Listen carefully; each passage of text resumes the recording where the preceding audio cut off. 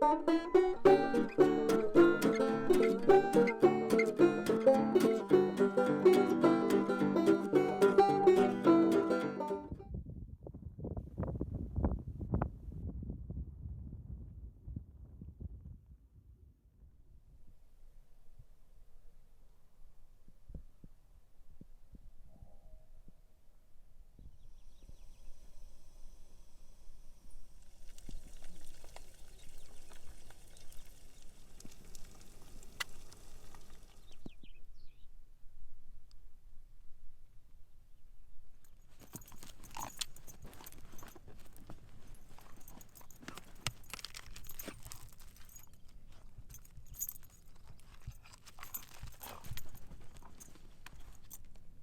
morning, friends, family, total strangers. Today's video is going to be on squirrels. It just suddenly occurred to me I've never done a video about the Ford Transit Connect, so this is going to be why I chose the Transit Connect and also just my review of it. I mean, I think if you've seen my videos, you know I'm a fan. But yeah, I'm going to do a quick review and just talk about some of the things about the Transit Connect. So yeah. First of all, advantages of the Transit Connect. Number one, gas mileage. It gets great gas mileage. I tracked it, real mileage, about 28 miles to the gallon. I tracked it for a few months and it averaged out to about 28 miles to the gallon, which is about as good as you're going to get for any sort of van. So great gas mileage. Other advantages is, although it's not a Jeep, it does actually have decent clearance, so I can get back a lot of places. It's really small and has a small wheelbase, which also helps for getting back on dirt roads, and it also helps for parking. I can park this thing pretty much anywhere. Other advantages, stealth. I mean, it just looks too small to live in. Like, most people wouldn't even think that somebody's living in there. Even though there's solar panels on the roof, I have them pretty low profile up there. Yeah, just people wouldn't see it and think somebody's living in there. So, you know, those are the main advantages. The main disadvantages are the size, of course. It's small. You know, the bed is 6 feet long.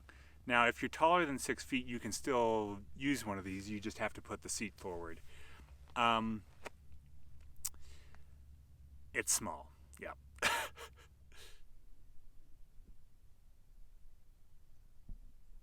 And again, it's not exactly a Jeep, but it's not a Prius either. It has decent enough clearance, and it's certainly been enough to get me back the places where I want to go. So here it is in all its splendor. One thing I will definitely say is this review is of the 2010 Ford Transit Connect. Now, the 2010 through 2013 are what you're going to want to look into if you want to get a Transit Connect to convert to live out of. You can live out of the newer models, but they're shorter.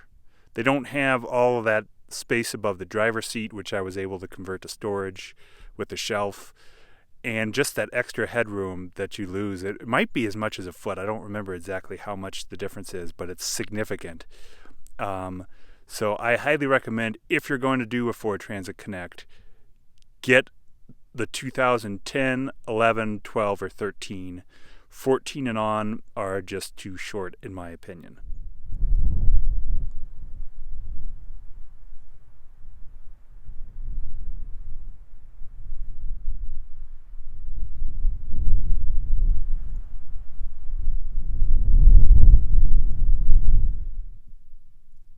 So it is a bit of a mess in here. Sorry, I have all Jax's stuff.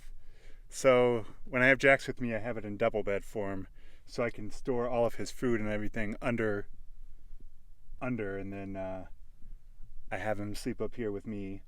And then to access the kitchen, I don't have to convert it into single bed mode. I can just slide the passenger seat forward, and then slide the plywood forward to expose the kitchen so I can cook here.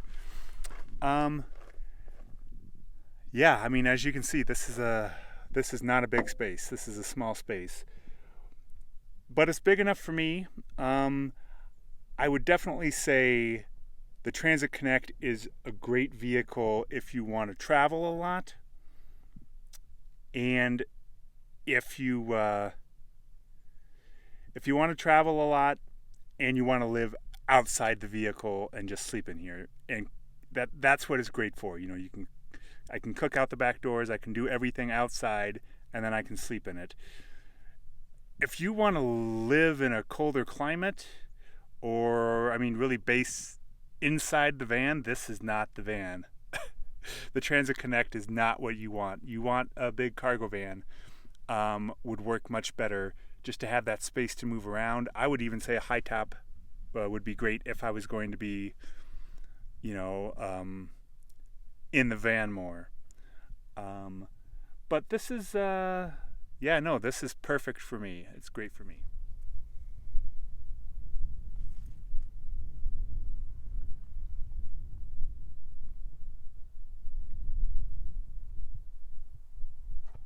I don't think I should talk about the Transit Connect without at least mentioning the transmission issues. So it's not that Transit Connects have a flaw so much as they're underpowered, and a lot of times the cargo versions and even the passenger versions can be used with just too much weight in them, and it burns out the transmissions. So if you buy a car with 100,000 miles, it might be near the end of its transmission life. So mine had 120 when I bought it, and straight off the bat, when I went over mountain passes, I noticed a transmission problem. I noticed it would have difficulty. It would start doing this going over mountain passes. However, I have been driving it for, many miles since then. I have put over 50,000 on it, and it's still running strong. But that is something to think about.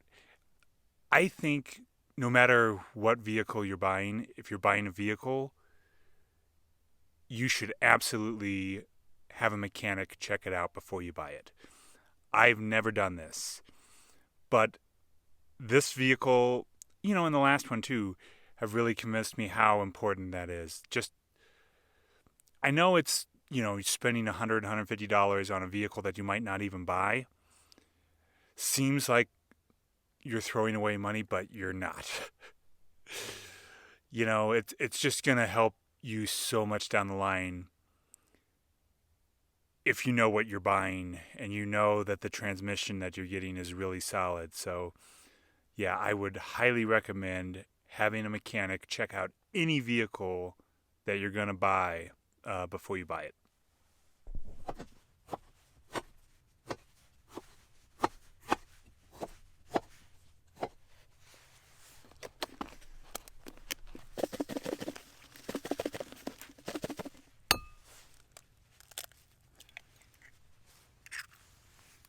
One egg, cup and a quarter of milk, 1 tablespoon of sugar, 1 tablespoon of olive oil.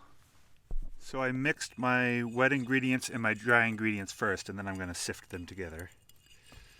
Slowly pour them in. Oh God.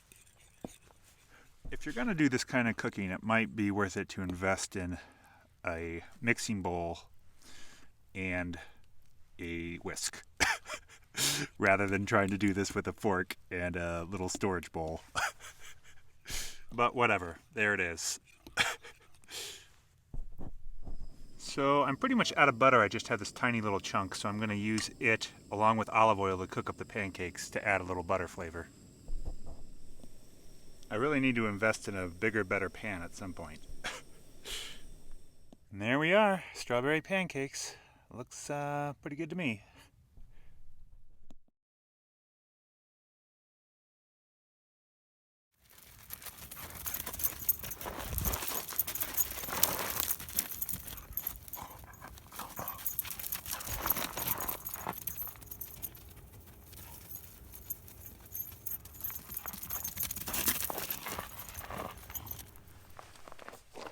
So to sum up, it just kind of depends. If this is a good fit or not for you, just kind of depends on why you're moving into a van.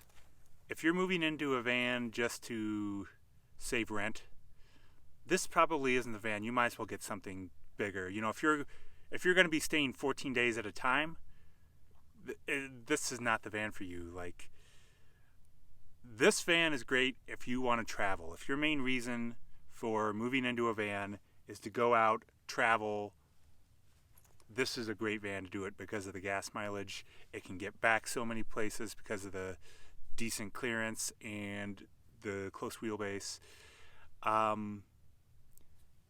It's a great van for traveling and for living out of. It's not a great van for living in. It's just too small a space, in my opinion.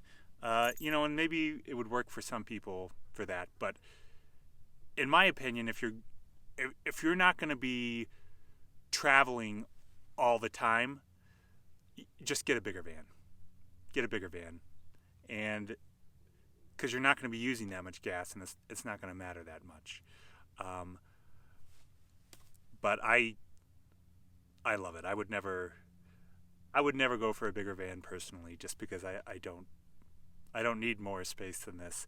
If anything, in the future, I would consider going down to a Prius, which is a lot smaller. But again, I'm living out. I'm not living in it. But I do like the extra height. It would be a tough move into a Prius, and also the clearance. So I don't know about the whole Prius thing, but it's at least something that I've considered because of a Prius gets as great a gas mileage as this gets. A Prius gets almost double, and a Prius also, you can leave it in standby mode, and you can run the air conditioning and the heat, depending on where you are, and it doesn't use that much gas. It's it's a generator on wheels, really, the Prius is. But